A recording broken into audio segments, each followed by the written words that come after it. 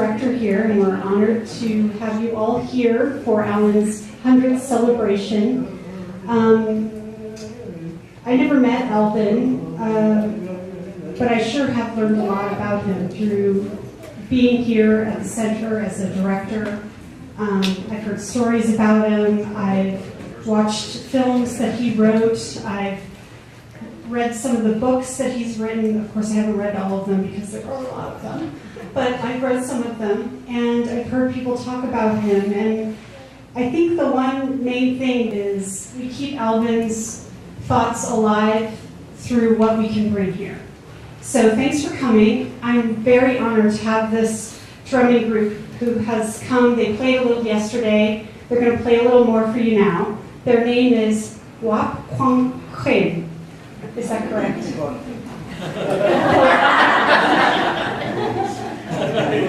Closer. Closer? Okay. Wap Kwang Khin. Is that better? No? Okay.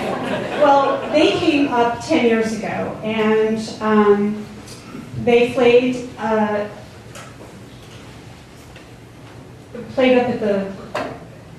at the ranch. Is that correct? Yes. Some of these boys here grown up and come over to the ranch, and Alvin took them under his wings and helped them during that. They had their ranch, you know.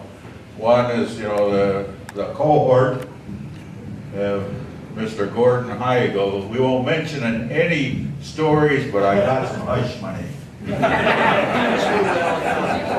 Oh, they point, now he's pointing at a woman. So and so, well, we'll continue on here. And we have another one here, Philip Penny. And Philip, my brother, I'm very disappointed in him, because that was a time when Farragut Rock Festival was going on, and I had to bring him over here that evening. I missed Farragut State Park Rock Festival, brother. How many people remember that Farragut Rock Festival? Oh, nobody's talking, huh? Well, geez, we got a bunch of deniers or closets? Okay, well, we'll see. But it's going to be an honor to sing an honor song for Alvin. And one of the things that we're very proud of is this drum.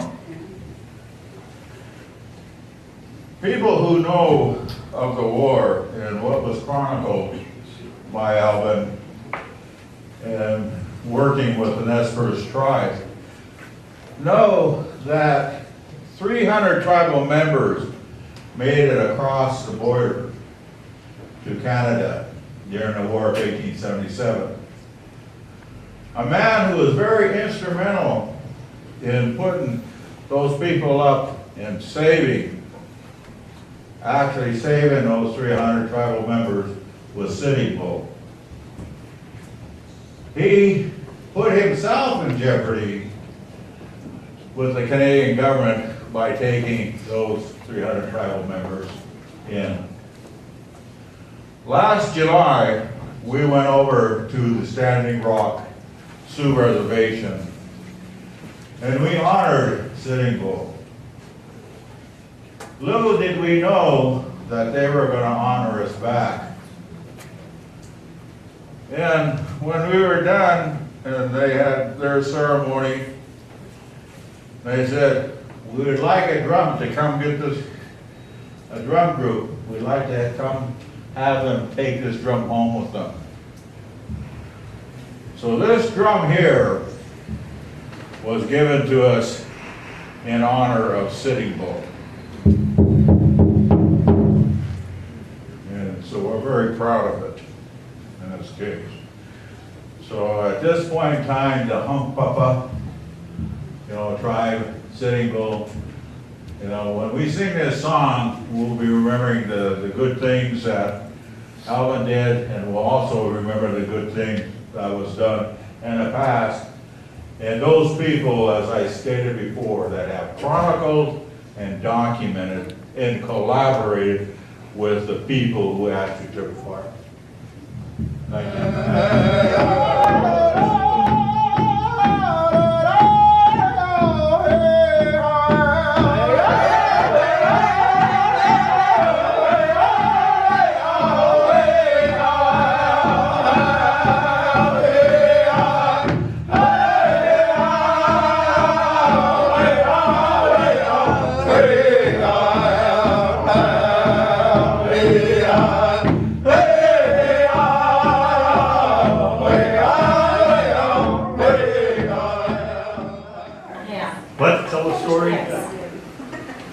I was the director of Fish Trap. We're at Fish Trap.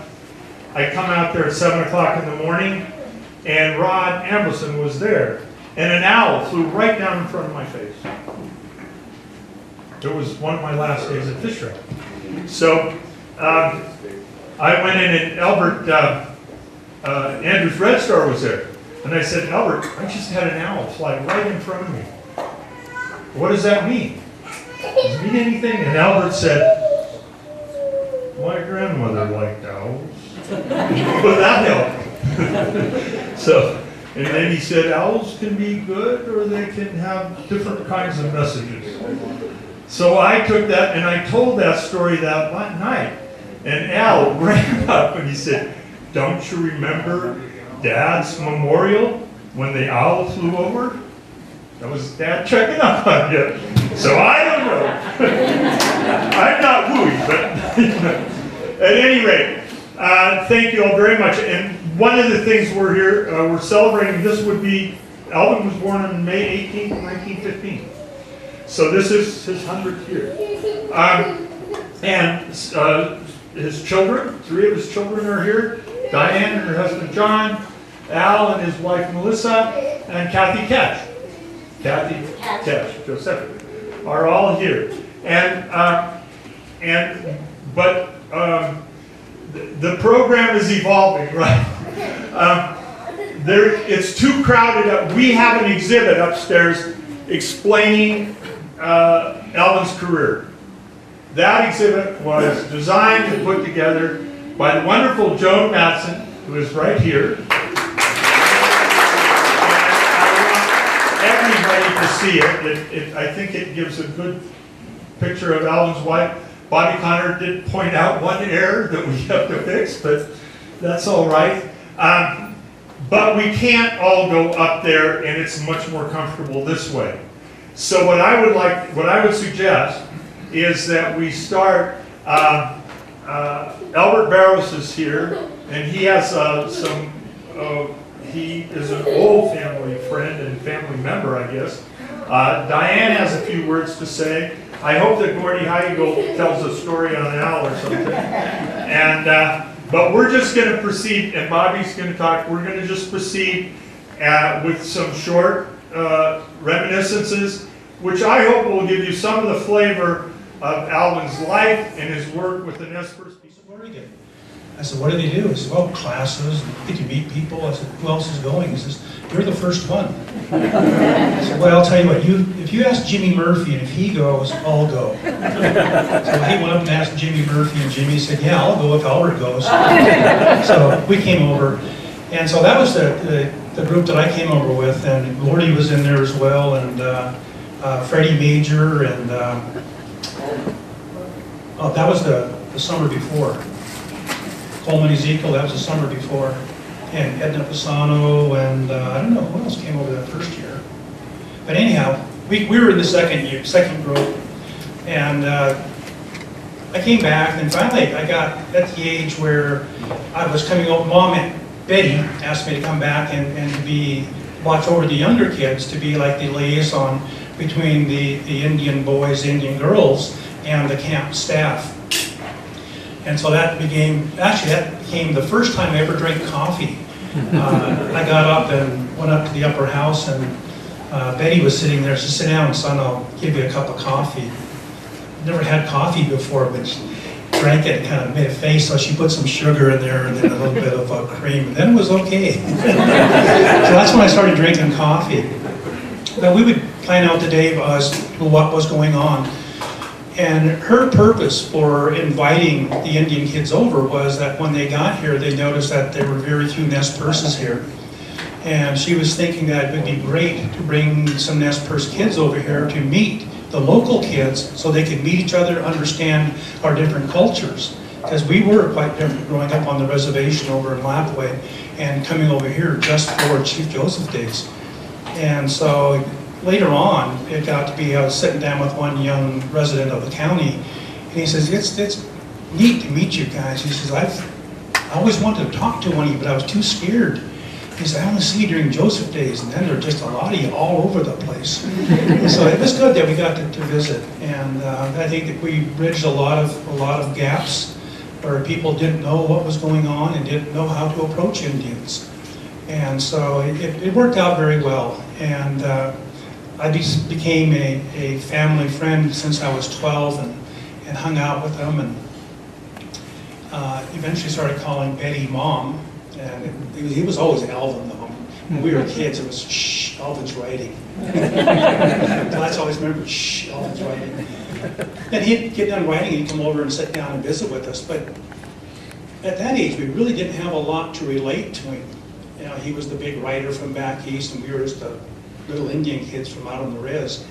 But as I got older and would spend more time with him, I realized just a lot of the things that he had done. When I turned 18, no, I was 17, getting ready to turn 18, and getting ready to register for the Vietnam draft, because the war was going on and they were drafting people. And Alvin was reviewing The Crimson Prairie by S.L.A. Marshall. And so I was thumbing through there, and I looked at it, he said that American Indians do not turn down deferments. And I told Alvin, well, if I get one, I'm going to take it. He said, well, really? He says, here, hand me a notebook, just read through there and make other notes that what he says is not correct. So I got to review the Crimson Prairie, gave Alvin my notes, and he included them in his.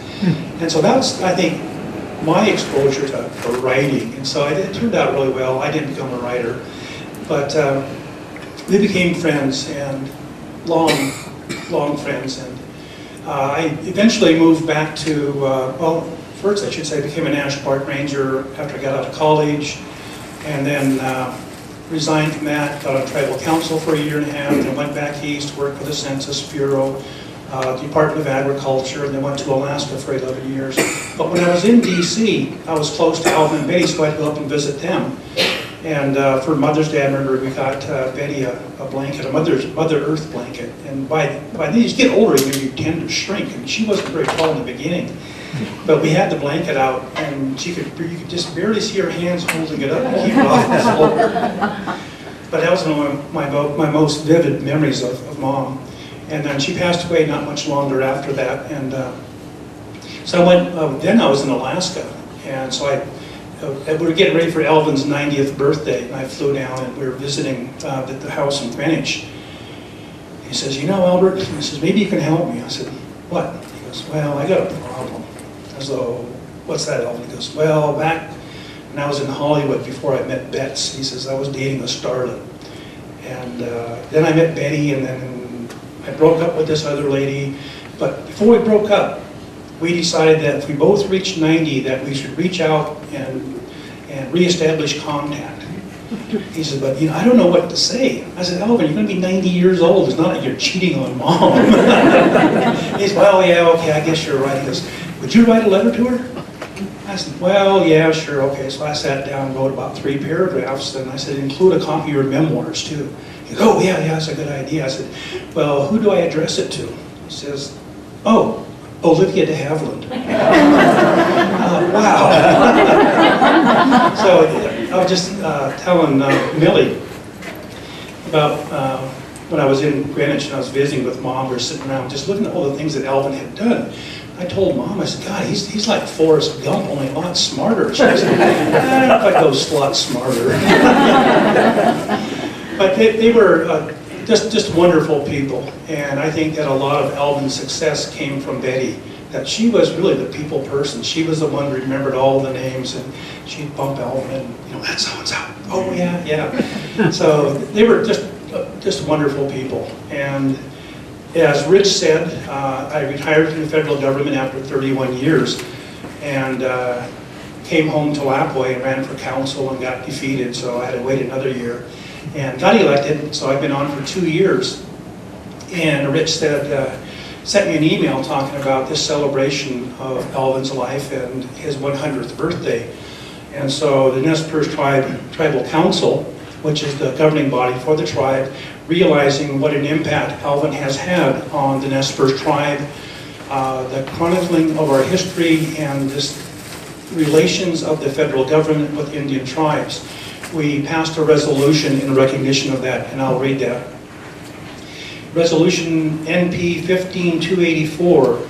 Whereas the Nez Perce Tribal Executive Committee has been empowered to act for and on behalf of the Nez Perce tribe pursuant to the revised constitution and bylaws adopted by the General Council of the Nez Perce tribe on May 6, 1961, and approved by the Acting Commissioner of Indian Affairs on June 27, 1961, and whereas Alvin M. Josephy Jr., while working in the 1950s as an associate editor for Time magazine, was introduced to the Nez Perce tribe through an assignment he had accepted on the history of indigenous peoples of America. And whereas Mr. Josephy developed a great interest in the Nez Perce people and allowed that interest to fully blossom from 1960 on, writing several articles, letters, and books about the Nez Perce War and the history of the Nez Perce tribe. And whereas at the age of 50, Mr. Josephy finished a 10-year project and Yale Press published his outstanding work, The Nez Perce Indians and the Opening of the Northwest. This book lends a historical and accurate account in a great detail and scope of the Nez Perce people and their history leading up to the war against the Nez Perce in 1877 by the United States government. Through his research and numerous trips to Nez Perce country, Josephy became lifelong friends with many of the Nez Perce during this time and won the hearts of the Nez Perce people with his ability to convey truth and justice in his works. And whereas Josephy served as an advisor to Secretary of the Interior Stuart Udall on federal Indian policy, that this was a critical time for tribes in the United States. Termination had been the express policy of the U.S. Congress since 1953, and over 100 tribes had lost their federal recognition under this policy. Josephy was well prepared to be a key advisory on federal Indian policy given his extensive research and knowledge, not just of the history of the treatment of the United States government towards tribes, but of what tribes needed and wanted to be able to govern themselves in the future. And whereas in 1969, Josephy submitted a white paper for the incoming Nixon administration criticizing the federal termination policy and advocating tribal self-determination. Josephy's paper significantly influenced President Nixon's historic 1970 address to Congress, repudiating the termination policy and advocating both a strengthened federal tribal trust relationship and a policy of tribal self-governance and self-determination. This in turn led Congress in subsequent years to pass critical federal legislation supporting tribal self-governance and self-determination, and to express self-determination policy of the United States towards tribes.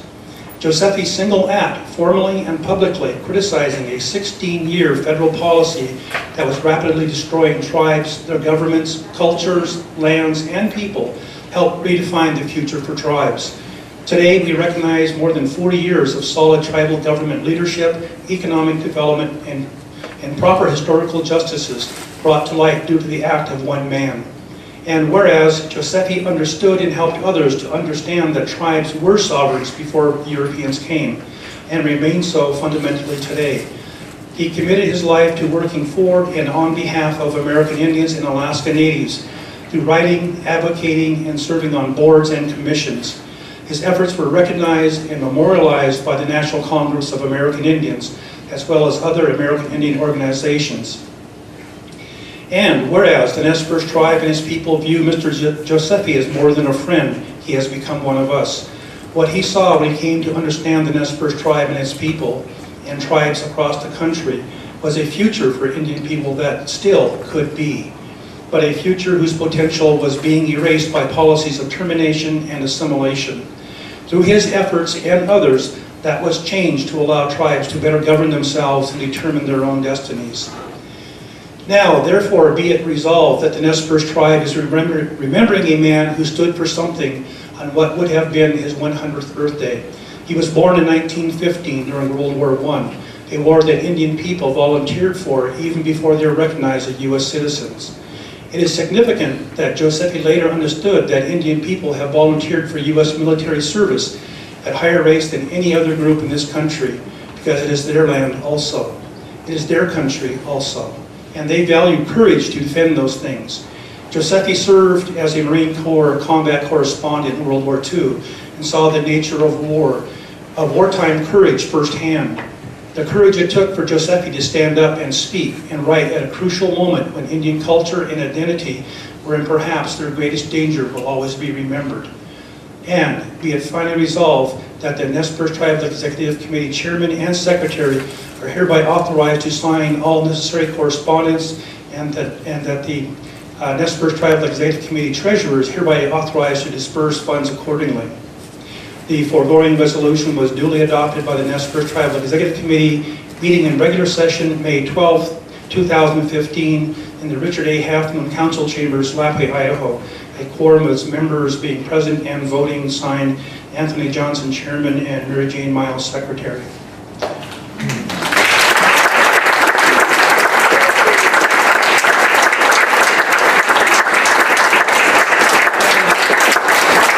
I'll leave this with Rich to become part of the files here to put on display, because it does explain a lot of Alvin's history in not a few words, a lot of words, but you really can't say enough about the man, about what he did, what he's done, who he knew, and his lasting legacy, which I think this library, this center really do a lot towards that. But I think hearing the drum group singing the honor song and having all of you stand, that also shows a lot of his impact here in the county and throughout the U.S. So with that, I'll turn it back over to Rich. I know I was supposed to be MC, but I don't know what's going on. So, thank you all. We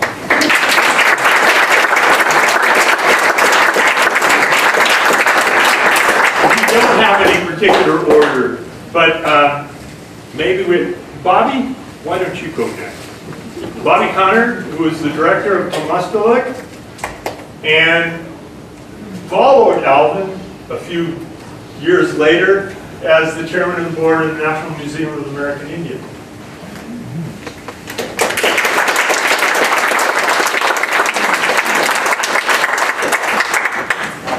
Totskalawat, Ina Monique Sasawatpum. My Indian name is Sasawatpum, and I'm pleased to be here today. I'm delighted to see Catch and Diane and Alvin all together here, and particularly pleased to hear the songs you sung today. I want to talk about two men, this is not so much scholarly as personal, but I want to start by talking about, I guess, take a deep breath. These guys are heroes, right? But my mom cautioned me about heroes, especially regarding my grandfather, because my mother knew more than I did why my grandmother was sometimes mad at him and about his imperfections. And she cautioned me not to keep him on a pedestal, to, like Alvin, let him be a man, let him be real. Be careful of elevating them to a place where they're not the humans, the good humans that they are, that they were. So I'm going to start with a little remembrance that's a little bit solemn, I guess, and I bring it to light today because I think I can't talk about Alvin and the Josephy story without noticing that there's a very dark story here. And Alvin knew that there was a very dark story to be told that had only been told from the victor's perspective. And that story needed to be told in a much different light. And the only way that that could happen was to interview the descendants of the people who lived that story. And so, like very few other historians of his time, he talked to Indian people. And that was not, for those of you who read history, prior to the 1960s work of Alvin Josephy, the 1970s work of Ruby and Brown, and a few select others, most Western history was not informed by Indian informants. So this poem that I'm going to just share a little bit of came from my grandpa's stuff. And I found it, and I kind of didn't know what to think of it, because it wasn't really, I guess, the man I knew. The man I knew, the man that Alvin met in the 1960s, was a rural mail carrier, just a few years from retirement. He was cheerful, he was diplomatic, he was helpful, and he was kind. And he was casual with pretty much everybody.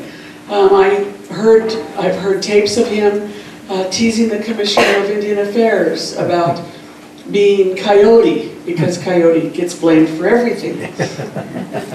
But this poem sort of took me up short as I found it in Grandpa's things. And I don't remember, forgive me, some of you may know, but I don't remember I think it's a poetess that wrote this. But this is the beginning of the poem, called Bitterness Begot. And I guess, before I read these words, I want to tell you that I think of this as the haunting voice. A voice that haunted many of our elders and many of the people who studied them, who wrote about their history and their personal stories. Why speak they such sadness, the dark eyes of the Indian, the head ever downward, the shoulders earthward bent, and the gaze, the sorrowful gaze? Why? Because he knows himself alone in the sound and echo of his exile, wherein nothing remains for him but the barren soil of his banishment. Excuse me.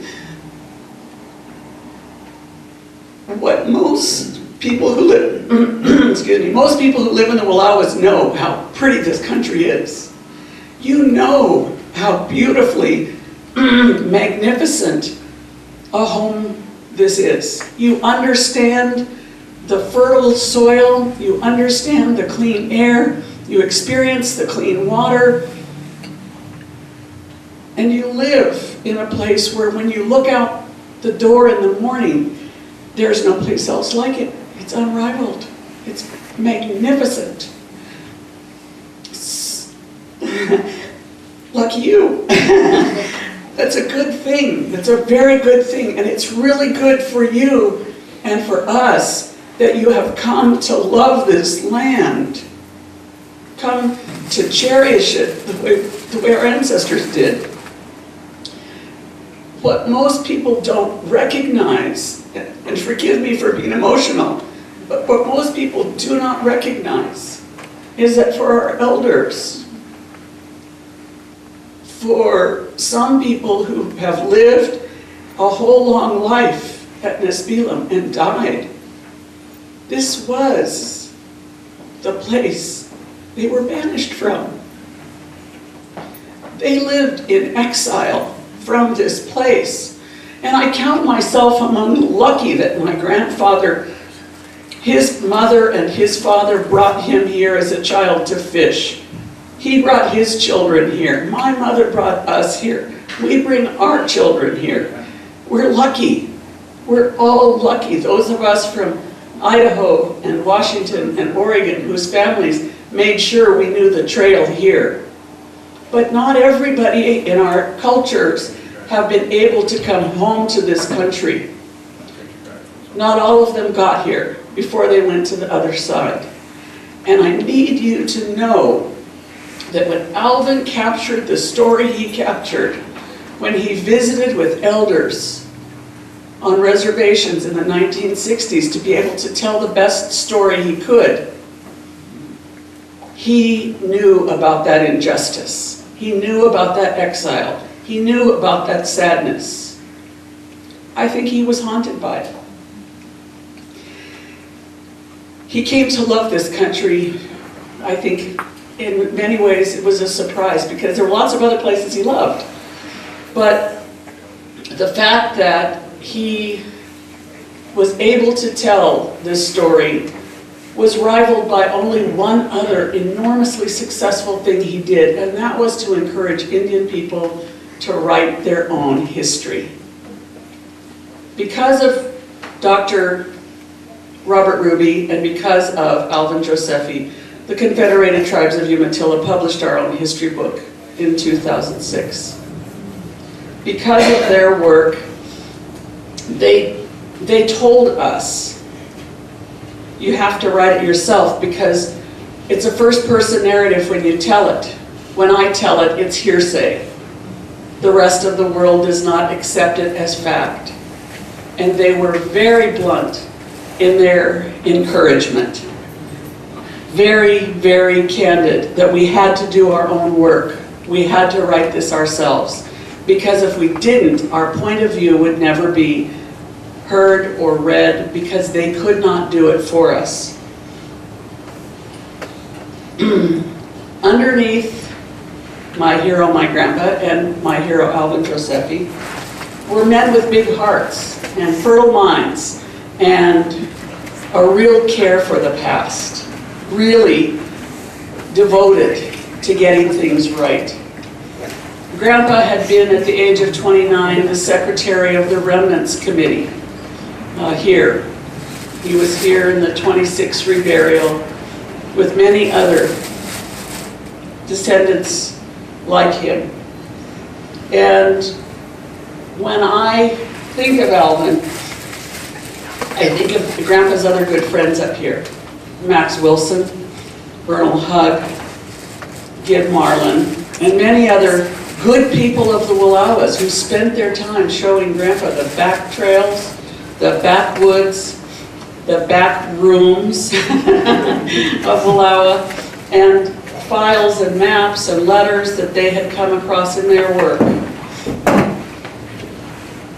I think part of what I imagine, because I was not at the table when they talked, I was little and I wasn't supposed to be there and I had big ears and a big nose and I got kicked out a lot. But what I know is that these men shared more than the love of the Nez Perce history. Grandpa and Alvin had both been married twice. Both had an eldest daughter from a previous marriage.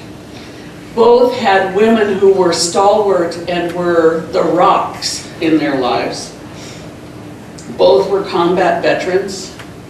Grandpa had been in World War I in the Navy, and he was in the Navy about a couple years after Alvin was born. And they loved their children very much. And I think that from the solid foundation they had as family men, they made sacrifices. They left their children and their wife alone to do the work they did with Indians. And I hope that part of our honoring today of Alvin gives back to Diane and Catch and Alvin some of the days that he missed being with you because he was with our grandparents and our parents. I had 5 intersections in my life with Alvin. One as a grandchild who knew nothing and had no idea who he was except that he was important and he talked to Grandpa, and like Grandpa's other friends who came and visited in exclusively Nez Perce, we were supposed to stay far away, so it was the same as the shh rule, although we were just kicked out of the house, I think. My second intersection with Alvin was as a college kid reading his work. I didn't understand the big picture. I understood the local picture that we all grew up with from our parents and grandparents. I heard the stories that were local and were personal from our families about what we were supposed to know about, but I didn't understand the major context. I didn't understand that the Civil War had left a huge military machine to deal with us Indians here in the West.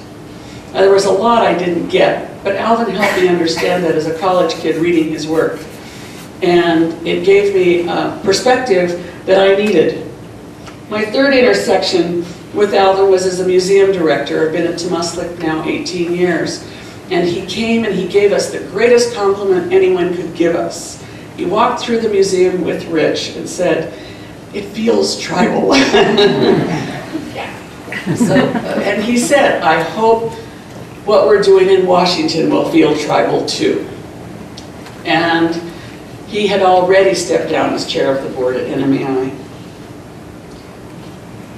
I met him again as a co-author looking to do a last project, the Lewis and Clark Through Indian Eyes, and I authored one of those chapters on behalf of the Confederated Tribes of Umatilla. This other side of the story about meeting those two guys that are also on pedestals all around the country, Lewis and Clark, with a few other people on pedestals as well as a dog. And then I followed in his footsteps as chair of the NMEI, the National Museum of the American Indian in Washington, D.C. And I was there when the groundbreaking took place in Washington. And I have to tell this story because it's not about me, it's about the museum in Washington. I went to Washington on some other business, and like lots of tribal people, I stayed an extra day or two at friends' house so that I could be there for the NMEI opening.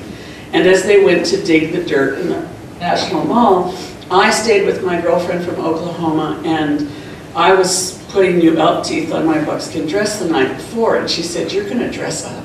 And I said, "Yeah." She said, "Oh, I hadn't even thought about that." And her chairwoman from Otoe, Missouri was coming in for the event, and she said, "Well, geez, I guess I better get out my ribbon dress and start cleaning it up and ironing." And she said, "Well, why are you getting dressed?" And I said, "Because this will happen once. Once. In the Indian country, we hold the shovel and we throw dirt at a funeral. Then they were going to pick up shovels and turn dirt because of us. They were going to, they were going to build a museum to honor our people. And Alvin was there. And he and Senator Inouye had as much to do with that museum becoming a reality as any two men can claim. Rick West was the handmaiden who gathered money and wealth and friends to make it happen, but it was a dream for Senator Inouye, and it was a dream for Alvin Josephy. And I hope when you're in Washington, you'll go see it and understand that it's still, I think it's still becoming what Alvin wanted it to be. I don't think it's there yet. It's going to grow up to be what Alvin wanted it to be, and it'll take a little more time. But one of the good things that happened recently at NMEI is they opened a new exhibit called Treaties in Their Own Words. And it's about all of the nations across the country, who most of us live on 8% of what was once ours, or 2%, some less than 0.5%, some not anywhere near, live not anywhere near where they're from, like when the Joseph Band was exiled in the Indian Territory of Oklahoma, and the Modocs, and so many others. That museum has a big job to do, and it's going to take a long time for it to grow into its moccasins. But one of the things that has happened recently is that the Treaties exhibit begins to tell the serious, the somber, and the unfortunate story of the treaty era by which we became dispossessed of our beloved lands, including where we are right now, which I must remind you, used to be part of the Nez Perce Reservation. And so as we think about Alvin Josephy, and as I think about my grandfather, his friend, I think about the good things they did, and I encourage all of you in their honor, and all of the elders who helped Alvin with his work, who informed his process, read.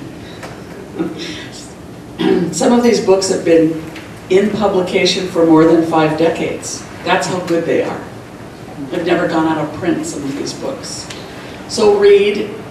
If you are Native, please, please, please, please, tell your story, write your history, make sure that somebody behind you inherits that knowledge, because we have much that is good and positive and rich to share that goes well beyond the War of 1877. Thank you.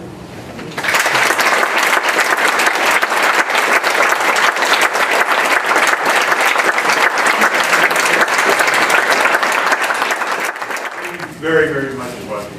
By the way, Al Josephy had informed me that it is Bobbie's birthday today. So.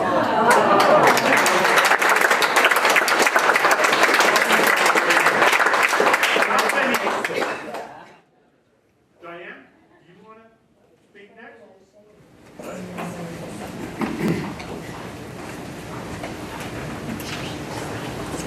Well, not only do I not really have anything planned to say, I wasn't even sure I was going to be here today, so this is a great joy and a treat for us. I called Rich sort of daily this week and said, it's not going to happen, we're not going to make it. And then last night John turned to me and he said, let's go, let's just get in the car tomorrow and go. And I'm so glad he said that, because I'm so glad to be with all of you. And Bobbie, that was amazingly beautiful. Thank you so much. Having been there and sort of watched Dad go through the whole process of the museum, and that agonizing moment when they were afraid that Ross Perot might take the whole collection of art down to Texas, and everybody was flapping around, no, no, no. And then it became a national treasure, as it should be. John and I were there the day it opened with Dad and my other sister Allison, and it was a day we'll never forget. And it was sort of the day that belonged to Dad, I think, in our family. He had worked so hard to see that museum built. And for it to open that day, it was a series of, all week long, a series of very moving experiences, running into people on the metro who you knew were laden with shopping bags from the museum, the new museum, and they had come from all parts of the country. They had been there all night. The museum stayed open 24 hours the first day. They didn't want to leave. And one of the most moving parts of it, I think, was Richard West, who said at the end of his talk, for those of you who are not from Indian country, welcome to this museum. And for those of you who are, welcome home. And that just, well, I'll never forget that. It was the perfect thing to say, the most moving. And my father was up on the stage. He was one of the few that was actually up there. They helped him get up. He was a little shaky then, but it was a day I don't think any of us will ever forget. And Bobbie, I'm so glad you're there, because I know it's in good hands still. As I said, I really wasn't going to say anything, but as I've heard other people talk, I do have to say that for me, and this is interesting because the one thing I did learn from my dad was to tell stories. And mostly I've told my own story of change in my own life, moving from an urban city to Idaho to a sheep and cattle ranch, which was a little unsettling in the beginning, to say the least, and finding my place there. But now that it's home and I've become connected to the land in new, mysterious, and wonderful ways, I understand all the stories that still need to be told. And that was certainly a gift that my father gave to me. I'm not sure if I hadn't grown up with him, I would have seen as much as I've come to see. One of the experiences, though, out of that was to discover that a local group of singers wanted to put on a production, or a sort of an opera, a chorale, about the Nez Perce. And they contacted me to write the piece. It was the most probably terrifying experience of my life. I wanted to do it, and yet I was terrified to do it. This was my dad's territory, and I didn't know that I was capable of doing it. I think the first thing we decided that was the most important was that we would not try and tell the history as if it were our history, but as if it were a gift from us to the Nez Perce people. So I worked the libretto, the words for that concert, and every single word I studied, I thought about, practically prayed over to make sure that it did justice to the people that we have all come to love in our family, because the Nez Perce are so important to us. It was completed. We performed it at Lapway. We performed it in our community in the Wood River Valley of Idaho and several other locations. And it now needs to be performed again, I hope, because it is a gift for people that have meant so much to our family and so many of us.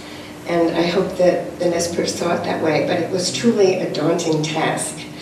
I wanted to just read one story. I don't know if this is, I did put together a book of stories, as a matter of fact. And this one was about coming over here to Oregon for Chief Joseph Days.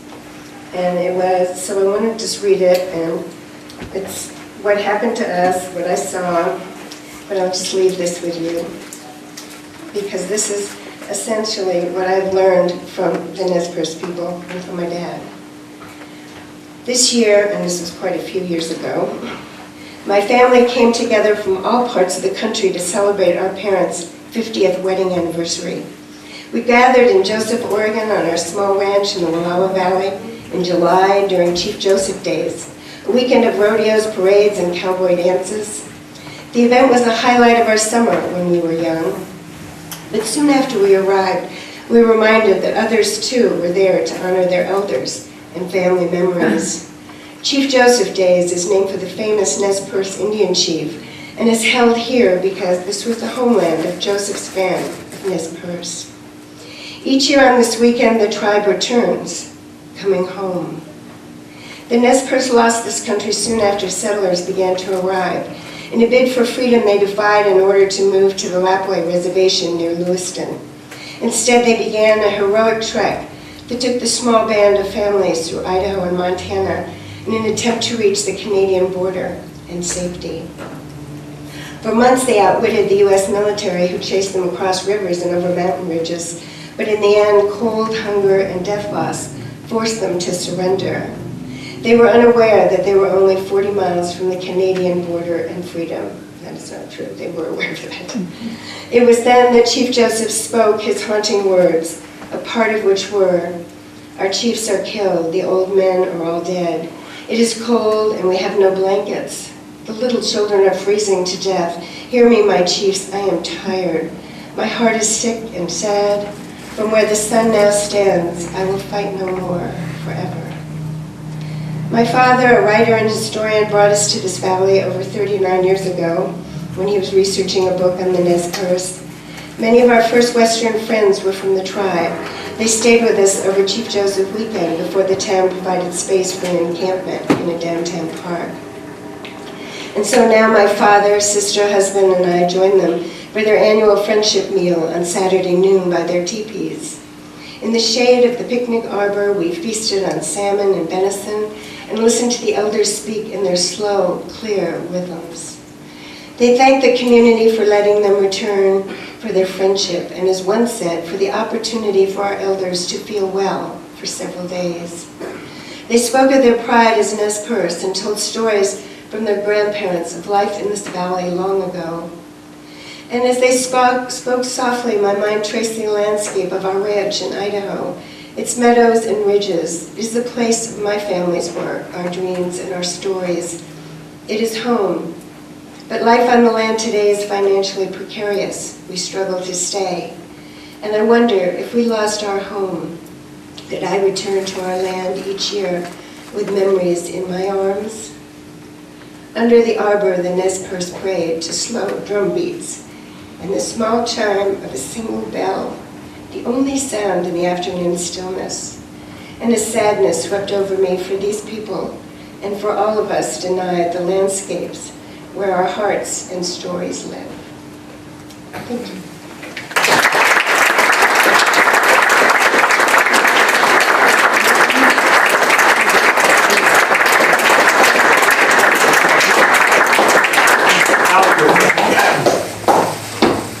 So, this is wonderful stuff, Diane. That was great.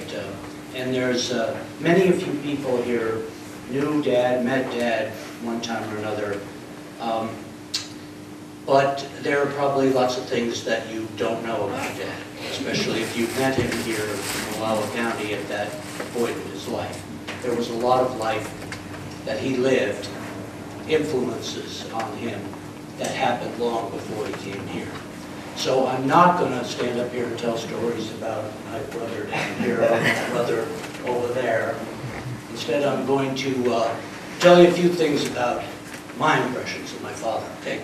So I want to start, and my father lived this very dynamic, dramatic, and interesting life, right? He was born in that early part of the 20th century when the whole world was changing radically, and his whole life was immersed in all of those great changes that took place throughout the 20th century. You know, so he was born in 1915. So he lived this really interesting life. But, and he did many, many things. But there are a lot of things that he actually didn't do. And I wanted to start by telling you some of the things he didn't do. For instance, he was not the first person to walk the catwalk between the unfinished towers of the Brooklyn Bridge. Okay, that's a rumor. That was actually, family story is that was his Uncle Billy, who, along with his 7 brothers and 4 sisters, came to New York, mostly. And I have to say that I grew up in the 60s, so my memory's not totally perfect anymore. But maybe my sister will correct me if I get off base here. But the family story is Uncle Billy came to this country along with all that kin in the 1860s or 70s and worked on the Brooklyn Bridge. And the story is he did that. So that's one thing my father did not do. Although my dad was a New Yorker who was born in New York, grew up in New York, had New York City, had his career in New York. My dad was a New Yorker and knew all about New York, was immersed in New York, was culturally New York, okay? So that's his foundation. So another thing my father did not do, he did not invent the internet. Sorry about that, but we all know that another really good Democrat invented the internet. And my father was a Democrat his whole life. He was a committed, determined Democrat raised in the shadow of Franklin Roosevelt. That was one of the great influences in his life, Franklin Roosevelt, and that whole period, growing up in the 30s.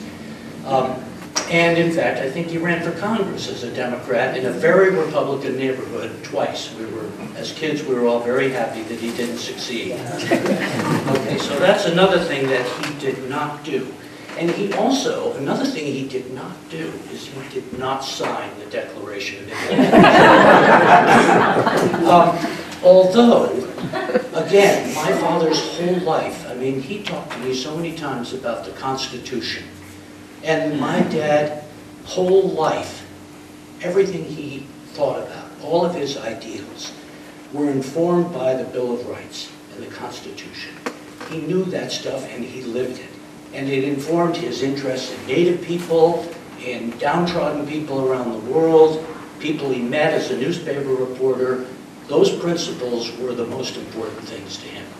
So those are some of the things that he did not do. Some of the things that he did do, however, was that he slogged across the Pacific Ocean from island to island, several islands, carrying a 1940s tape recorder on his back, along with a bunch of other equipment, across reefs and under fire, so he could record history for people. And through that, he got exposed to the whole idea of oral history, of recording people's stories while they're under fire, right? And I think that had a lot to do with his interest in chronicling people's lives from then on, okay? He climbed the Temple of the Sun in Mexico City in the 1930s, when to get actually to it, you had to kind of pay people to actually get out there and get to the site. He did that, okay? He was also the last man to interview Leon Trotsky in Mexico City before Trotsky was murdered. Some of you know know that story, some of you don't. Rich can tell you all about it. In fact, he interviewed him in Freddie Gallo's house, right? Right. Yeah, right. Okay. So he knew all of those kind of folks. And I also have to tell you that he had his picture taken, I have it, shaking hands with Dr. Kissinger at the height of the Vietnam War. Now that took some fortitude, right? That was a guy who could see both sides of the coin, another characteristic of my father's. I think it's important, what I want to say up here is that, from my vantage point, right, two really important influences that you all got to kind of get a hold of here if you really want to understand my father, besides the New York City stuff, right? Two important influences in his life that I'd like to share here. One was he was very influenced by journalists and writers, especially the muckrakers of the early part of the 20th century. He made me read Lincoln Steffens and Jacob Riis and T.R. and people like that. Those were written and social influences that really, really moved him as a young man, right?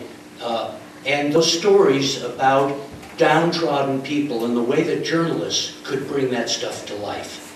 And at that point, as a young man before he was 20, I think he decided that he wanted to be a journalist and do that kind of work and tell other people's stories. So I think those were very, very important influences in his life. And again, to remind you that he grew up in that period of our history when progressivism was alive, when change was alive, when people embraced change and were looking for ways to improve on the country that had grown up after the Civil War. So I think that was one big influence in his life. So think about that for a minute. His interest in people, right? Okay, the other big influence to me was the Marine Corps. He made that clear to me in many ways. Yeah, he made that real clear to me. And, for many people in his generation, that World War II was a huge, important influence in their lives. And my dad's experience in the Pacific, the camaraderie, the shared sacrifice, all of that kind of stuff, as well as the very sort of disciplined atmosphere in the Corps, that was another big influence in his life. So what I'm seeing here, or I'm trying to portray to you, is a man who was influenced to be a free thinker about big issues, while at the same time put it in the context of a very disciplined, organized paradigm that required the effort of large groups of people. Okay? So I tell that story a little bit to tell you that when he went through the 1930s as a student, right? And all the crazy stuff that was going on right there. And I think it had a lot to do, I know it had a lot to do with the way he reacted to my life in the 1960s, right? He didn't totally approve of that because of I think the Marine Corps influence, but he never, got in the way of it at all, and in fact encouraged me a lot because of this other thread in his life. Okay? All right, so those, I think, are the biggest influences that made my father who he was. And if you've ever had a chance to read his memoirs, you know that in the 1930s in New York City, when it was practically impossible to find a job, he was offered a job working on Wall Street. I forget what the term was. It was a weird term. Securities man, huh? He was a farmer, I think. Yeah, right. He was going to have a career. He was offered a career on Wall Street. And, it wasn't too easy to get a job in those days in New York City, right? Here was someone offering a pretty lucrative job. He turned it down flat. He wanted to be a journalist. And he was ready to keep walking the streets until he got the opportunity, which took him a while to get, to be a journalist, to tell these stories. So, those are the kind of what I see as the things that really made this man who he ended up being. Now, for me and my sisters and stuff, he was a very influential guy. Lots of fathers are, of course. The things I remember the most are my bedroom was on the second floor. It was directly above his office. And I fell asleep at night hearing a typewriter. Clackety clack, clack. That was, you know, in between Mel Allen on the radio, listening to the New York Yankees, and that clackety clack typewriter. That's what I went to sleep by year after year after year, going to sleep. I also remember being woken up as if we were in the Marine Corps. It wasn't wag it and shag it, it was rise and shine every morning. Boom. So I remember that very well. I remember politics at the dinner table. Lots of it. In fact, to this day, I can't help but associate politics with food. And I don't mean sausage. Yeah, so politics at the dinner table, and all the fascinating and interesting people my father knew from all walks of life, from all over the place, and they came to the house all the time. Bob Burnett, who was, I believe, tribal chairman at that time in Rosebud, South Dakota, would come and stay at the house from time to time, and they'd have great talks in the living room, and I'd listen to all that kind of stuff. Bob Burnett was one. There was old Peter Decker, his book connection, the New York book dealer who used to got Dad all of his books and stuff. We have some of them here in the library today. He was the internet. He was the internet of the day. He couldn't buy books. There was no Amazon. Then there was old, for me, Wild Bill Kelly. I don't know where Wild Bill, I was thinking about him recently. Wild Bill Kelly from Montana. I don't know anything about where he came from or where he went. You might. But anyway, this was a Westerner. This guy was a real Westerner. And I was a prep school kid, right? From Upper Connecticut. I never met any guy like Wild Bill Kelly before. And my dad would turn me loose with this guy in New York City when I was 11 or 12 years old. Yeah, I could tell you some great stories about that. 12 years old in New York City with Wild Bill Kelly. There's Andy Robustelli. Yeah. My dad, in those days, you had, in the professional football, right, I think there were like 6 teams or 8 teams in the entire National Football League, but for us there was one, the New York Giants. In those days it was the New York Football Giants, because we had another set of Giants over on the other side of the East River. Andy Robustelli was the captain of the New York Giants for years, played defensive end. And he had Ed and Andy's Sport Shop in the town we grew up in, and we were all great friends. We'd go over to Ed and Andy's Sport Shop and with my dad, and Andy would have all of these famous guys like Y.A. Tittle and Charlie Connerly and all these huge, giant people. Andy Robustelli was another fascinating guy my dad knew. You heard my dad worked in Hollywood after World War II. A short stint, but long enough to hook up with some interesting folks, including my godparents. And one guy I remember very well, seemed to be a great friend of my dad's, was John Durkees. Right? John Durkees, who was, ever see the movie The Alamo with John Wayne? That old movie? Okay. And there's a big red-headed guy in the movie who's about a head taller than John Wayne, John Durkees. He and Dad were friends from Hollywood. I met John Durkees several times. So, fascinating people. And Dad knew them all, and knew them well. And they all respected him, and they all liked him. And they were all different. They all came from different places. But I tell you, for me, and again, my little talk here is sort of inside baseball, right? For me, the thing that was most long-lasting and most important, all of this other stuff, all these crazy people we met and all these things he did, all the things that made me read. The most long-lasting thing was our summer trips to Oregon. The day school closed in June, my parents would pile us into the 67 shed, which we don't have anymore, and drive us all the way out here, stopping along the way at reservations, national monuments, Western Battlefield, Big Hole. We went there half a dozen times. All these places that I would never have ever experienced, probably never even read about if it hadn't been for those road trips. We still, my wife and I, can't wait to take road trips half a dozen times a year because it's sort of like in our blood now, right?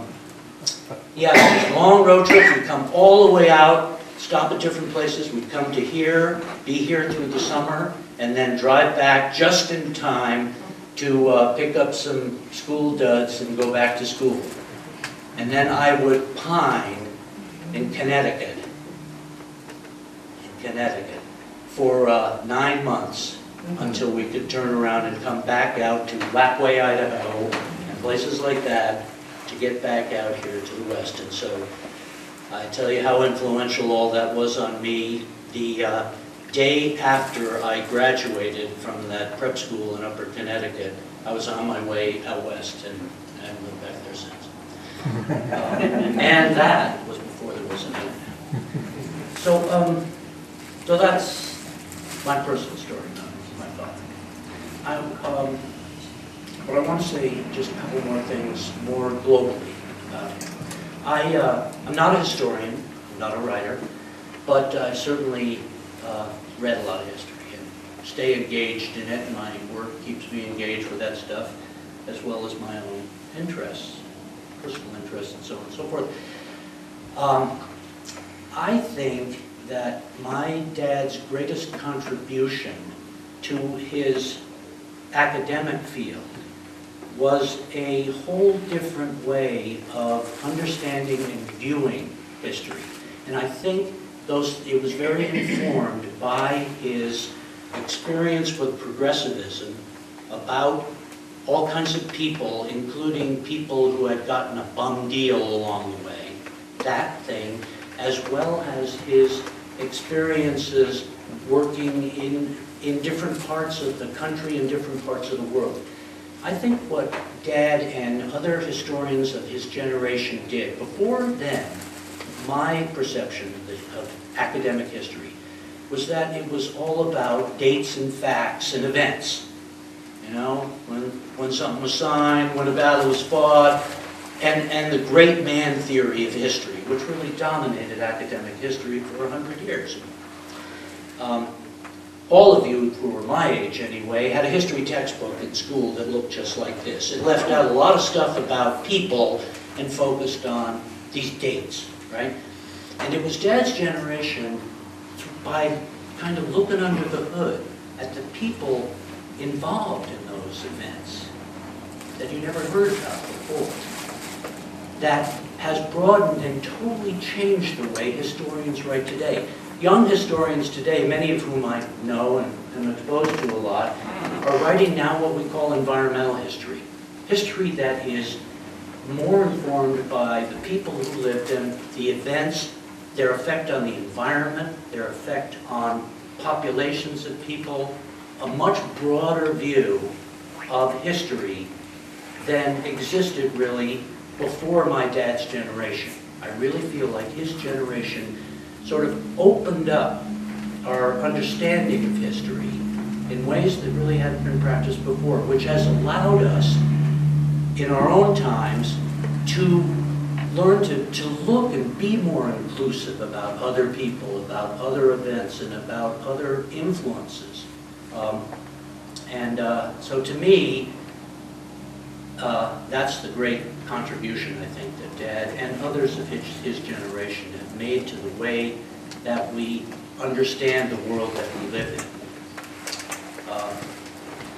Other than that, he was a great father and a great influence, and I feel blessed to have been able to share with all.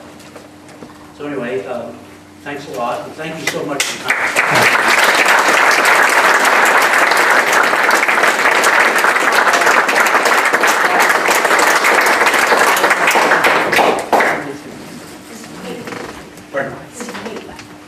There's cake.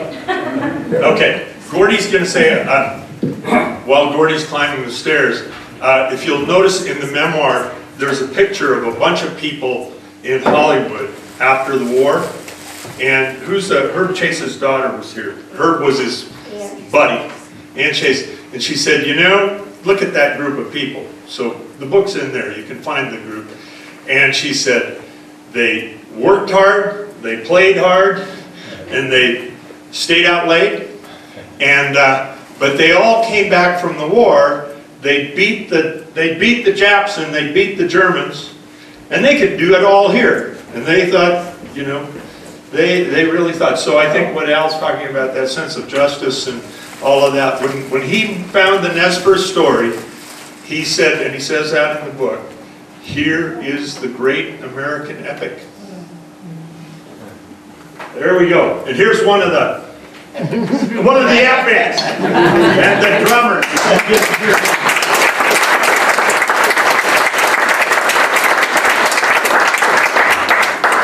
Well, I got to listen to them all. Now you got to get the cutest. You know, we were talking about a lot of different things, and one of the things that always reminded me that there was a code that we always lived by. You know, I think Las Vegas took that code from us. Whatever happens in Chief Joseph's days stays at Chief Joseph's. I'll tell you, one of my older sisters one time, she said, oh, I was so mad at you. And I said, what'd I do? Well, what are you talking about anyway? I seen you over there, with Joseph over there. You was kissing that Soyapa girl. Yeah, you just had her like that. I said, that was Kathy Josephy.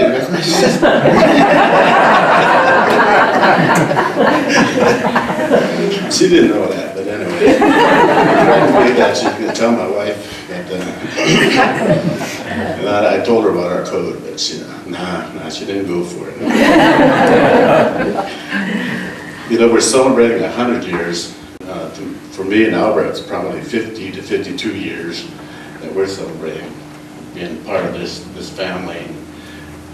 We go back further. I go back even further than that. I remember as a toddler over that where we camped right there by the canal, right there. I remember dancing. We're dancing in the arena on dirt ground. Did a lot of things. So it's been a long time since we've been over here, but 50 to 52 years since Albert and I came over. I think my first introduction to the area at the time is that they held at that camp over here at the, I think it's a Presbyterian or whatever. I think over there about the foothills over here.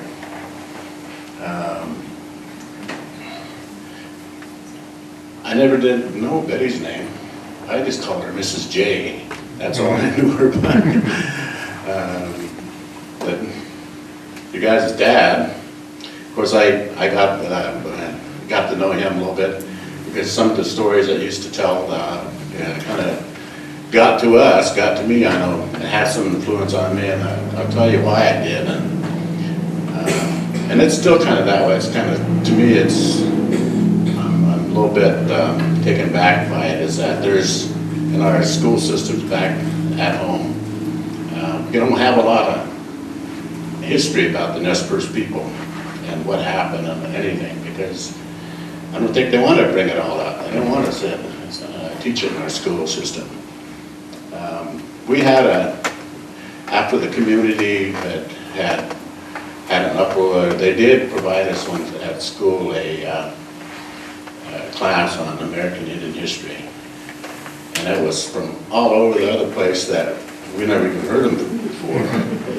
So I remember Wilford Half Moon, myself, I don't know who all went down and we protested. We wanted to hear Nez Perce history, so we got to go talk before the superintendent of schools and everything. But I would never have done that if I hadn't had that exposure, like from Alvin. And we used Alvin as one of the people that we suggested to be part of our curriculum at the time. So I had gotten some influences from Alvin that resulted in some of that a lot of the work I did later on. And keeping in contact with the family. I used to see Diane and Boise a lot. I spent about 10 or 12 years down there doing stuff in the legislature. In fact, the one sitting by her, he was a Republican when I first met him.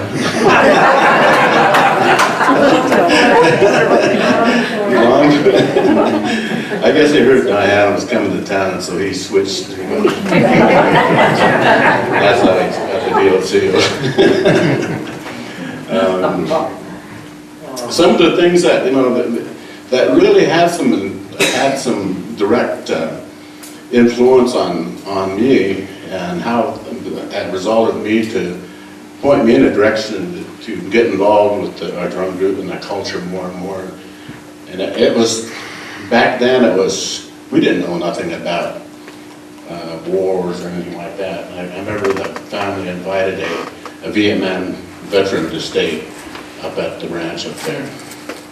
And one of the campers there had a firecracker, and it went off. And he hit the ground. And he went back in time on us. We didn't know what was going on. And later on, I found out what that was. So that type of stuff, you know, that influence that later on, it helped me understand what our veterans are going through. But at that time, everybody was saying, "You guys see that guy? You see him? You see him? He's playing Army. He's playing Army." And he was, in his mind, that's where he was at. He was back in Vietnam, and we didn't realize what we'd done at the time. But that little experience has, you know, the good side, the upside of it is that it helped me later on to see and appreciate what our veterans are doing for us. Some of them experiences like that is just, it's with me for the rest of my life. Some of the other things that I noticed a man the other day, just right over here, you got a picture of Richard Halfman. I know that was a close friend of Mr. Josephy. When I was working with Mr. Halfman on the council, I was sitting and we were talking about different stuff, different stories, and Joseph days happened to coming up, and I told him this and that, and how good I was over there, and he just laughed at me. But one of the, he said, you know Alvin, you met Alvin? I said, yeah, I've met him. And he says, he called me up one time, and he said, Betty had bought a horse, and we've been trying to come up with a name of that horse. So I talked to him a little bit about it, and I think there might have been some Easterbar bloodlines, and there was a real nice horse. And the name that they come up with, as I recall, was Tipilana Kapskaps, which is strong eagle in Nez Perce language. And the reason why I'm saying that one, because I got to ride that horse. I got to ride it in the parade here. And I was 12, I guess, but I've been riding horses for a long.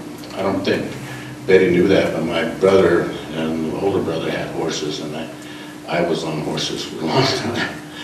I don't get anywhere near horses now, but then I was bareback all the time again. So,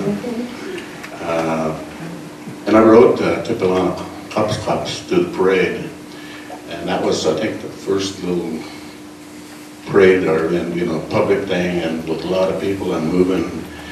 But he was prancing, going sideways, doing his thing. And I wasn't afraid or scared, because I'd been on horses like that before already. And but we pranced to a second place victory in that thing.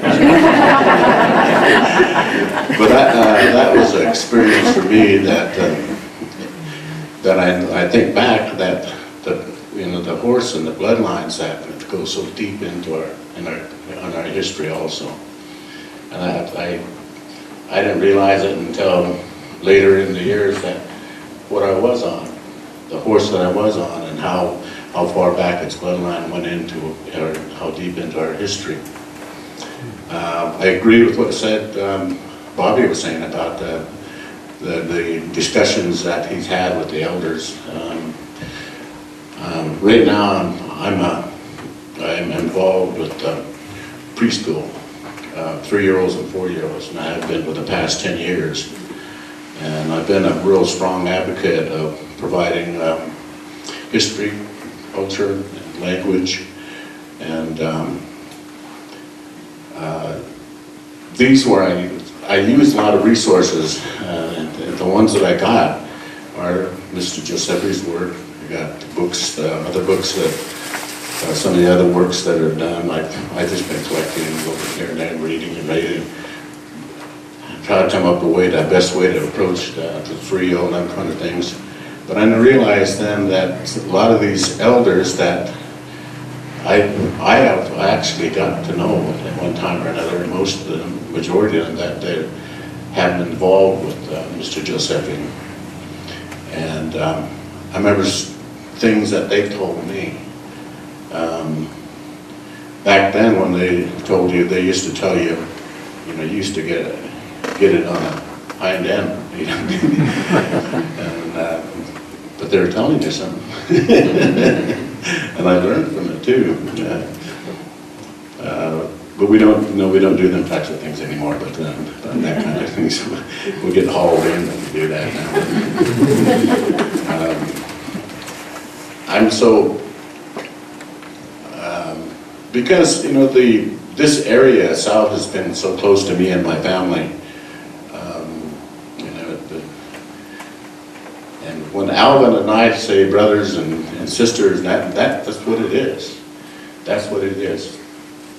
I haven't seen Allison since then, but I still call her sister. And then the experiences I had meeting Mrs. Pete, Mr. Pete. And I wasn't the one drinking Mr. Pete's beer either. So I didn't know Albert. I only knew Lucky Lager or Oli then. He used to drink this, some kind of, it's fantastic, whatever. Well, I don't know. I couldn't even read the label on it. So I wouldn't drink it. So if it was Lucky or Oli, maybe I would have. So I don't know which camper got into his beer. It wasn't me. Duly noted.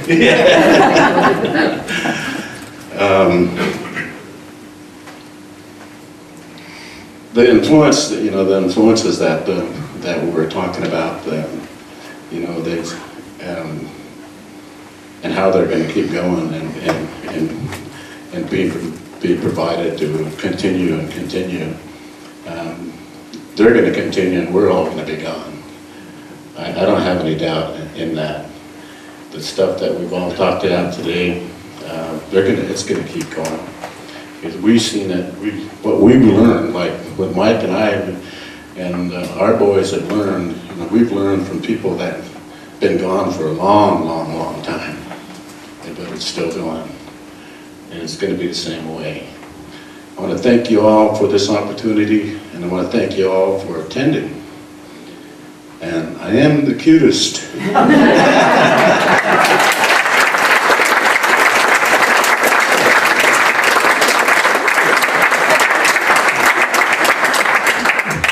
We're going to get to the cake. We are. I want to thank two more people.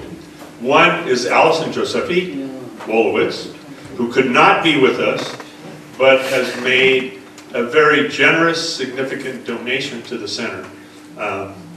She just sent us $10,000 for this.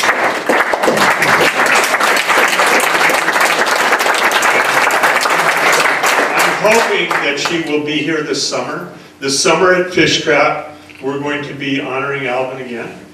He gets a long year of honor. And the other person I want to thank is Joan Madsen. And when you break up here and eat your cake, now remember, you can't take your cake out into this room, okay? But I want you all really to look at the artwork here and come back for the next 3 weeks and look at it again and again and bring your friends to look at it. But what I want to tell you how we did this. We figured, okay, this is the Josephy Center in Joseph. Do you know how many people walk through that door with just looks of utter confusion? So we thought we had to tell a story of who the Josephys were. And so Joan Matson's a graphic designer. By the way, go to a Lawology down the street. That's all her work too. So we got a hold of Joan, and I kind of made a rough outline of Alvin's life and career. And she said, now get me some pictures. So we got the pictures.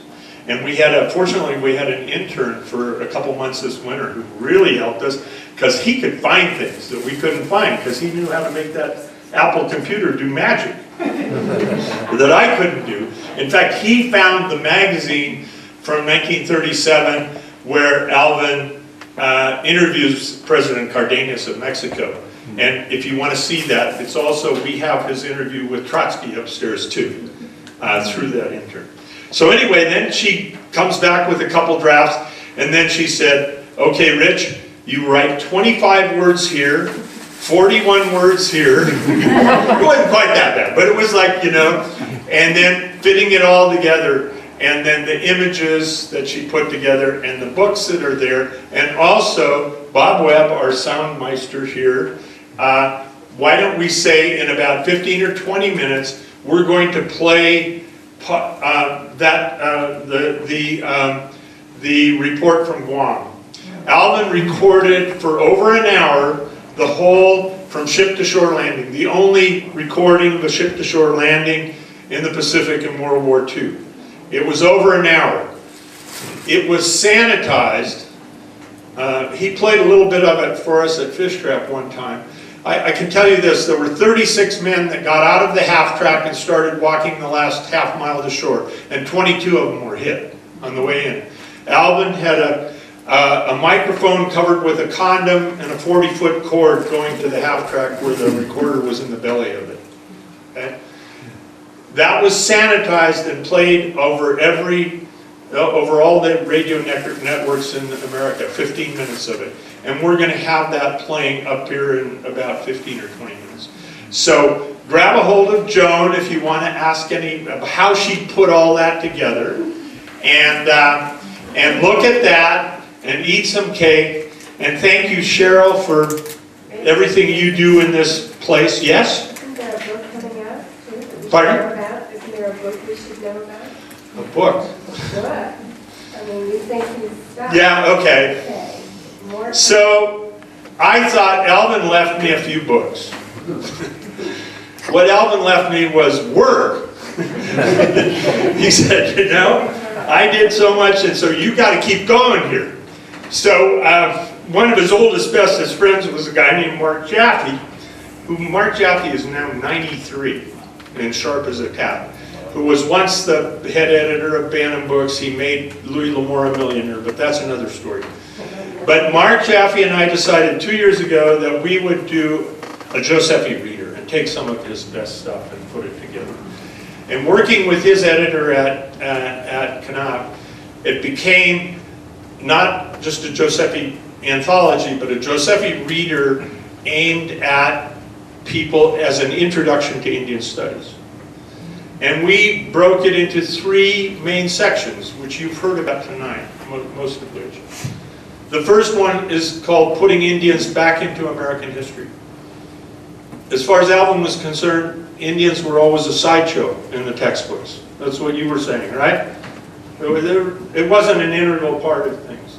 So we've got stories that he wrote on the fur trade, and stories on the Indians of Long Island Sound. And so that's putting Indians into history. The second part is about Indians and the environment. Alvin said that the white guys brought a lot of things here. They brought diseases, they brought all this stuff, and they also brought the book of Genesis that said that we're supposed to control everything else. And he said we have Indians who were slavers, and Indians who were Democrats, Indians who were patriarchal Indians, but in general, the Indians of America, the 70 to 90 million of them who were here when the white guys arrived, all lived with the rest of the world, rather than tried to dominate it. So that's the second part. And the third part is the miracle of tribal survival, Indian survival. So that's the 3 sections of that book. And it's due out in October. We'll get some copies out to you. Your 3-year-olds and 4-year-olds probably won't be able to use it, but we have put together here teaching boxes for our elementary teachers with Nez Perce material. And we're floating them around the schools in our area because we weren't learning it either here. So that's going on too. All, like I said, this is the mission that Alvin left me, and Bobbie steps in and corrects me every once in a while because I get off on a tangent one way or another. But how many people my age get the joy and the pleasure of doing important work and being left this job? So thank you all for making this possible, and please, if you don't know them, introduce yourself to the Josephy family. Go say hi to Albert and to the drummers. Michael, those of you who didn't hear yesterday, he did some great explanations of the songs, and we want you guys to be back here all the time. Okay?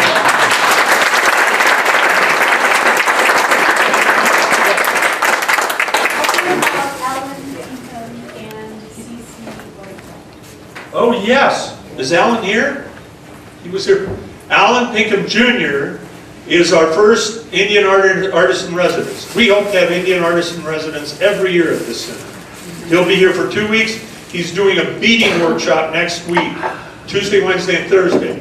If you're interested in beading or know anybody who is, CC White Wolf will be here the second 2 weeks of, he's going to build hand drums the second week. So if any of your drummers want to come up and build a drum, send them back up here. Anyway, then the following CC White Wolf will be teaching basketry workshops, okay? And get in touch with Cheryl for information. And also, can you thank the Locke family? Oh my God. Oregon Humanities. Yeah, Oregon Humanities, Locke. Community Foundation, and Collins. Yeah, Collins. All the foundations. And the Locke family, I'm going to make a special thanks there because the Locke family was involved with the Josephy family and the Bueller family and the McLaren family and a bunch of other local families in putting together that day camp that brought these guys here and local kids together.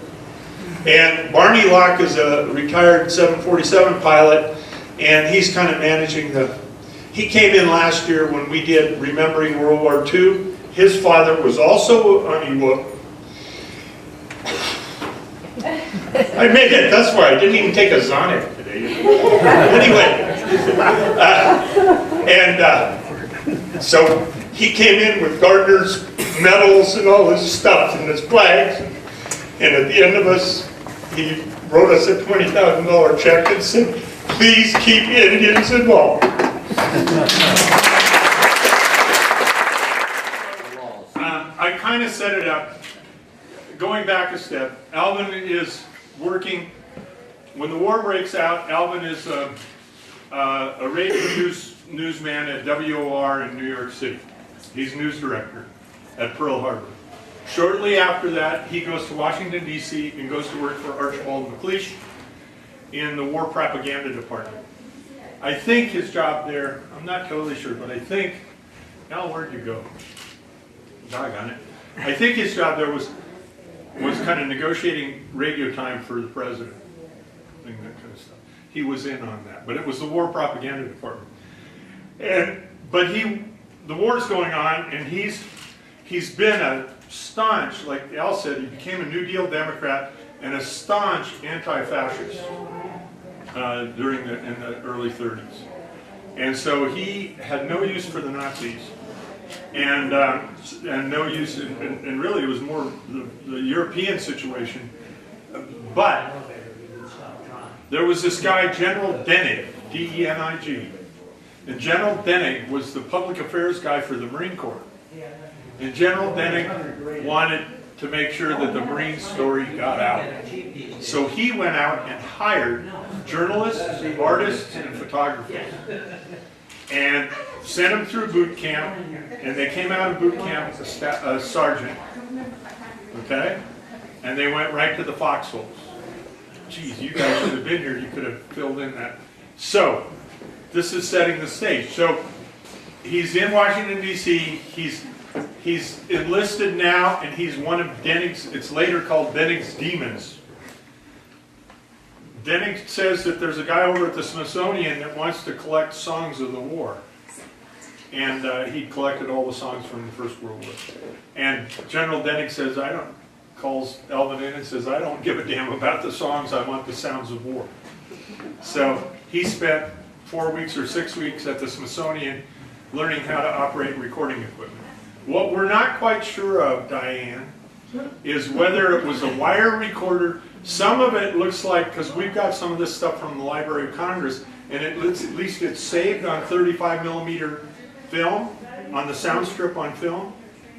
And some of it, isn't that right, Bob? So whether that's been a we don't know. We think it was a wire recorder that he had there. When they found that, it was like a big discovery, wasn't it? It's like the Guam stuff had been lost for a long time. I don't know. Yeah. It's all at Library of Congress now. Yeah. It was in the archives. They found it in the archives. So he goes first to Guadalcanal, kind of gets acclimated, then goes to Guam. He's in the first assault at Guam, and he starts recording the night before when they're singing songs in the hold of the boat. And then records, and in all there's over an hour, and we have the full tape. Why don't you see if that radio works? The bottom left knob, turn it on. Oh, God. So Bob's been up here playing games. The scheduled for this time will not be heard in order that they bring you the special broadcast that follows. It was July 21st in the Central Pacific, around 9 o'clock in the morning. Back home here in the States, it was the night of July 20th. For the boys of the 3rd Marine Division, it was D-Day, 8th hour for the attack on Guam, the first American territory to be lost to the Japanese. Marine Combat Sergeant Alvin Josephy, Jr. of Washington, D.C., went ashore with the Marines carrying a film recorder. Along with his engineer, electrician mate second class Joseph Wheaton of the Navy's Peavey, he placed his equipment in an armored half-track, which in turn was placed in a tank lighter. Sergeant Josephy's recordings have just arrived in Washington, and today the National Broadcasting Company brings you this dramatic, on-the-spot description made under heavy Japanese fire.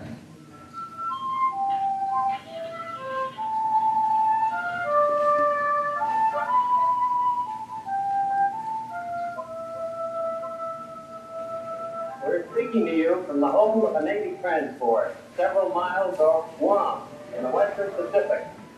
Tomorrow morning at dawn, American Marines will depart from this ship and move ashore, take back that island from the Japanese, who seized it from us 2.5 years ago.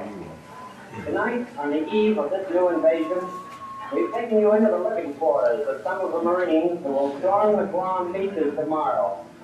They are gathered around us, one playing San Antonio Rose on the harmonica. Just as on occasion, during this sea voyage, is played for the other fellows. Down here in the lights of the hold are the men who are going to do the fighting. And now let's meet them. First, I'd like to bring up here the fellow who played the harmonica. What state are you from? Illinois. Where back? South or north? From north. And how old are you? How long have you been overseas? Oh, about 19 months. Are you married? No. Got a girl back there? Two? A few. Have you been in combat before? Once. Nothing serious though, huh? No. Nothing like tomorrow. Get the Purple Heart? Did you get the Purple Heart, somebody wants to know? No, not quite. Well, let's hope you're not this time. What kind of work do you do in the rig? What will you be doing tomorrow? I'm driving the radio truck. Driving the radio truck. And can you tell us a little what that means? Well, no, I can't tell you too much about it. I mean, you go to some central point and establish contact with groups out in the front lines, or military secret. The military secret, somebody said. Is that right? Well, it's probably good. All right. What did you do before you got in the Marines? Well, I worked in defense line during the war and before the war started. What did you make in the defense line?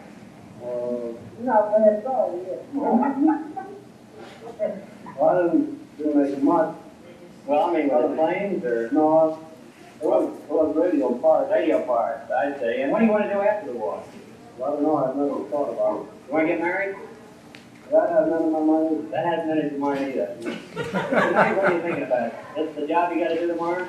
That's about all in the chow. And the chow? You mean you get good chow or not good chow tomorrow?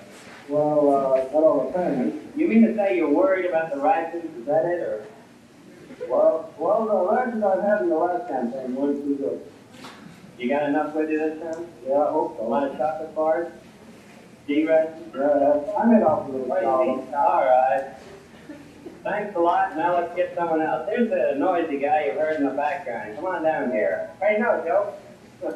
Where are you from? Tennessee. Eastern part or west? East. South. Incidentally, we cannot give you the names of these men because of military security at this time. But maybe somebody back home will recognize the voice. You're from the eastern part, you say? That's right. Are you married? No? Well, what are you so noisy about tonight? Well, I know you're being quiet, I think. How old are you? 24.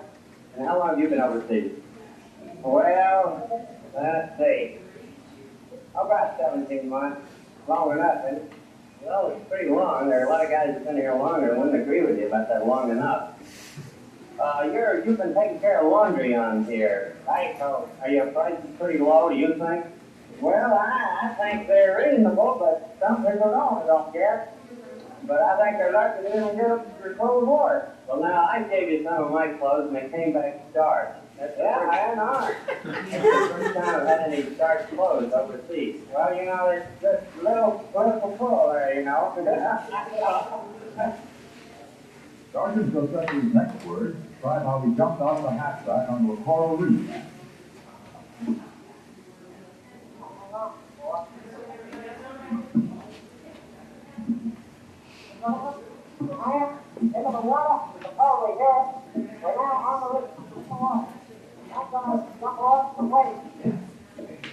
Boy, it's up to my knees.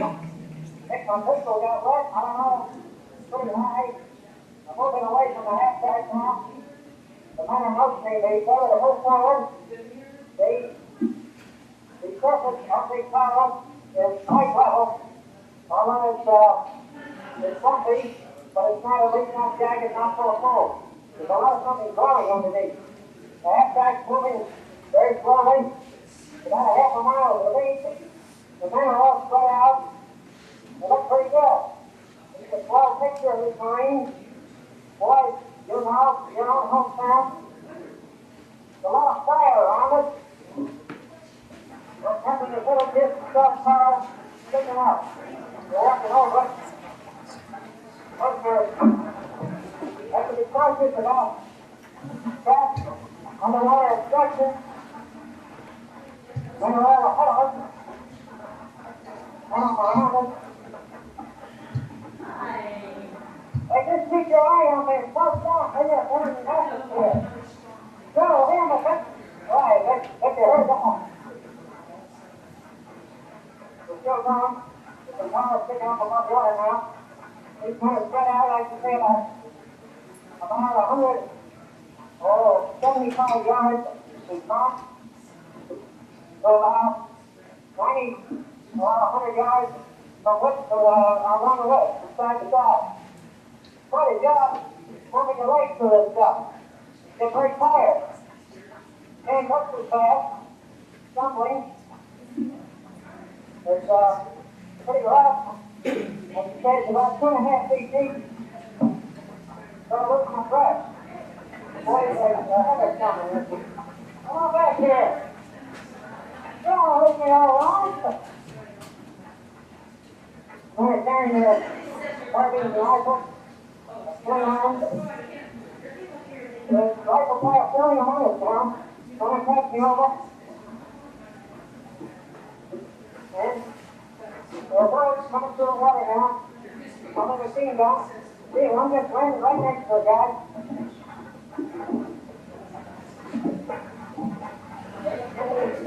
Next guy. There's the top down. What's the matter? Hey, slow down! Slow down! Hey, John! Like to be in there with you.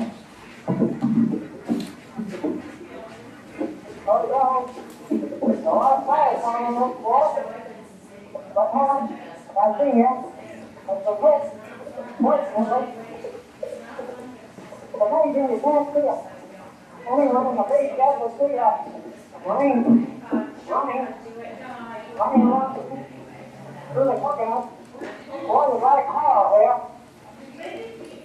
Just go over to the car.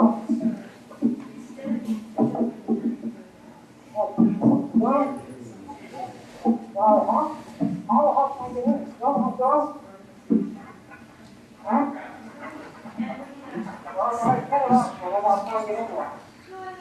After leaving from the half-track, Sergeant Josephy waded through waist-deep water toward the beach. He then returned to the shelter of the half-track and rode to the edge of the beach. His next recording describes the beach as the Marines secure a foothold. Now, we're establishing a position here, focusing on the beach. The infantry has moved ahead, and we can see them going up the hill directly ahead of us. Not very far ahead, but they've gone up. And in some places they're on the track, maybe gone over. The tanks have gone to our left to get us on that left, and the one that we keep burning was hit out by a Jap mortar fire before it got there. Now looking around at the reef that we came over, some of us wonder how we ever got through it. There's plenty of our gear out there floating around. That little rubber boat, which wounded has found, they're still lying out there in the water. It's turned over. There's plenty of tasks and the communication gear and so forth. The tide is beginning to go down, and some of it's stranded on the sand. But we'll have to try and better salvage whatever we're doing when we have time. Now, out of the reef, I think some figures are beginning to land. They're bringing up the bulldozers, and there are plenty of ways still to come in. We have not got some of our artillery into that. After all, we just pushed forward. I think we just pushed forward enough to allow even our half-backs to move off the beach and establish what must be a CP, a command post. We don't know how long we'll have it here. We might have it all night. But we might be able to push further forward before night. Now, we landed I think we just land about before this come this morning, our time. And it's been hot ever since. We're full of sand. Thirsty, very thirsty. Somebody brought out a can of orange juice. It's wonderful. It's only one of these amusing things here, which I don't think they're saying right after I got Burros in our time. I fell on my face and looked up, and there was a copy of an American news magazine of about a month ago, lying in the center. Probably some Marine has brought it ashore with us, and it dropped it just ahead of us. Now, a lot of the infantrymen around us have on their green camouflage paint under their eyes across their face, and they're bringing spot zones all around us. The drill has to be done too. They're building holes for their mortars and machine guns. And for their security around the various command posts and centers of communication. NBC has brought you an on-the-spot film recording of the Marine landing on Guam. This is the National Broadcasting Company. 11:45 Eastern War Time, your station WEAF, New York. Hear ye, folks. DOGPS, Philadelphia Scrapple, famous food of colonial days, presents the transcript of that is in the back of this book. Marion Loveridge. And the long and short and the tall, this was his first book. And this was sanitized. We turn that off.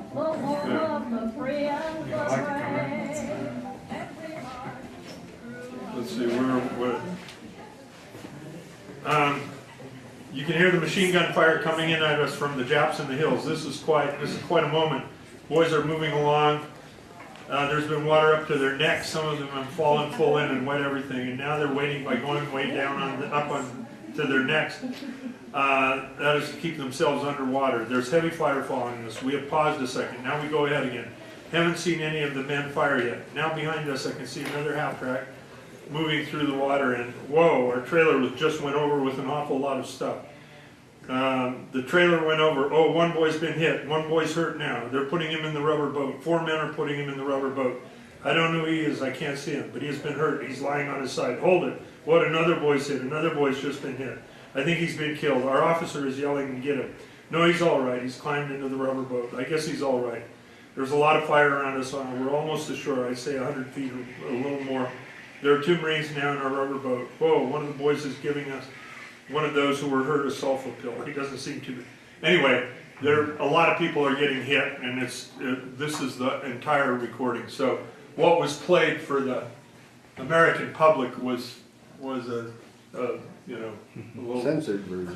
The gung-ho stuff at the beginning, and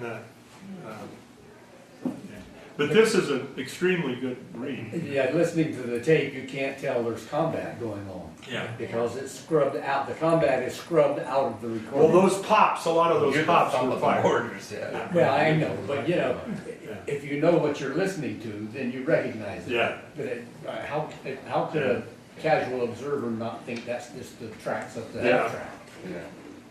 Yeah. Anyway, so and we've got a copy. Actually, we have a loaner copy of this one, I think, out here, so you can borrow it. Read it. Thank you. Thanks, Rich. Thank you, Bob and Dan.